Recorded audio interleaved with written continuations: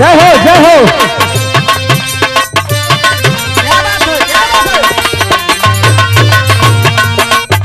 जय भीम जय भीम जय भीम।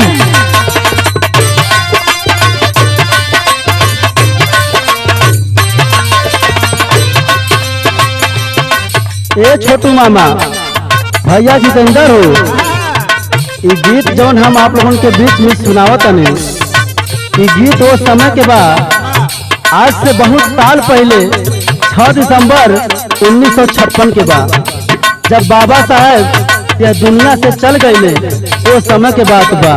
लेकिन कभी का भाव बा आगे के सुंदरता कैसे बा सुनी। सुगनमा बन के उड़ी गईले, सुगनमा बन के उड़ी गईले, भीम जी हमार हो सुगनमा बन के उड़ी गईले।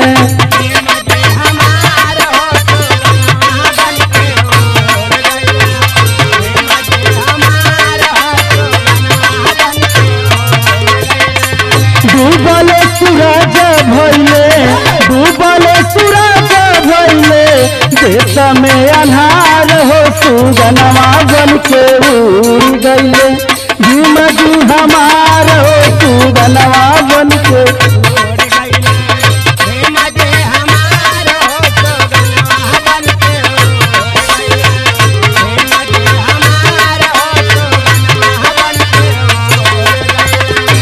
संजय भैया हो, ए मनोज भैया पहला अंतरा में कहना बा कैसे। हाँ कर सुरतिया हमारा दिलावा में सालत बाटे,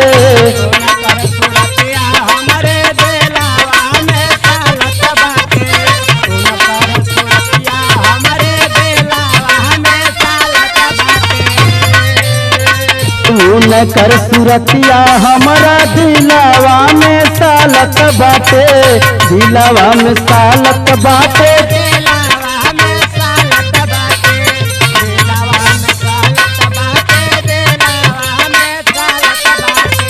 सोच सोच फाटी जाला, सोच सोच फाटी जाला, कर जवा हमार हो सुगनमा बन के उड़ गईले, भीम जी हमार हो सुगनमा बन के उड़ गईले। जय हो जय हो।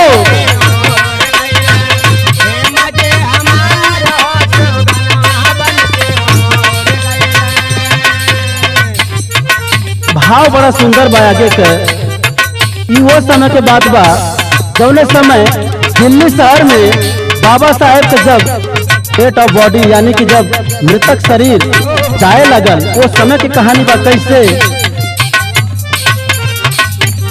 सुन भैली दिल्ली सुना महू की नगरिया भैली,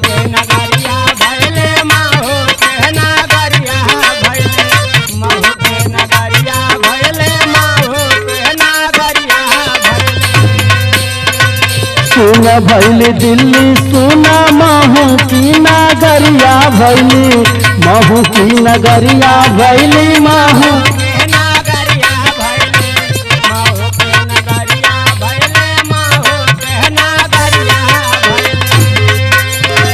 रामजी राव के दुआरा पे, रामजी राव के दुआरा पे भिड़िया पार हो सुगनमा बन के उड़ गईले, भीम जी हमार हो सुगनमा बन के।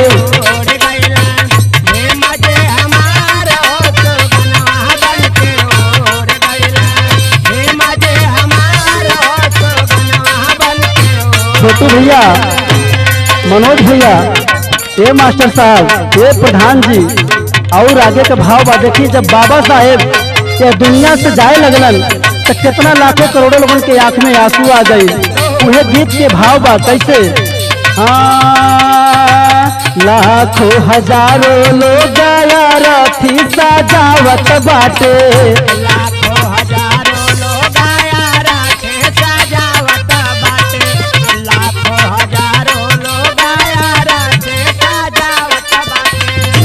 हाँ, लाखों हजारों लोग रथी सजावत बाटे और रथी सजावत बाटे और रथी सजावत बाटे और रथी सजावत बाटे और रथी सजावत बाटे। लेकिन जब जनाजा बाबा साहेब के जाए लगल करेजा फाट जाला।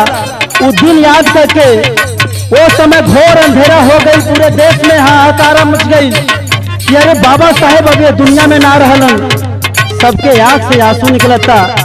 वो भाव में कैसे कहना बा, उठल जनाजा जब उठल जनाजा जब आसमान के धार सुगनवा बन के उड़ गईले भीम जी हमार सुगनवा बन के उड़ गईले। भीम जी हमार हो सुगनवा बन के उड़ गईले। भीम जी हमार हो सुगनवा बन के उड़ गईले। भीम जी हमार हो सुगनवा बन के उड़ गईले। ये भैया लास्ट में कहना बा, आज तक केहू ये बात के जानने की कोशिश भी ना करेला कि बाबा साहेब के शमशान घाट जब लेके गए रहे लोग तो बाबा साहेब के जरावल गई कि दफनावल गई। लेकिन हम बताइला कि सच्चाई अगर पता करे खोई तो दादर शमशान घाट चैत्यभूमि वह महाराष्ट्र शहर के अंदर जाके देखी। कभी का भाव बा कैसे,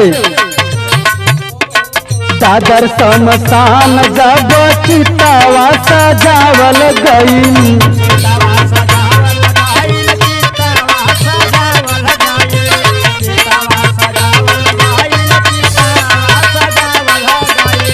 दादर शमशान जब चितावा सजावल गईल चितावा सजावल गईल चितावा सजावल गईल।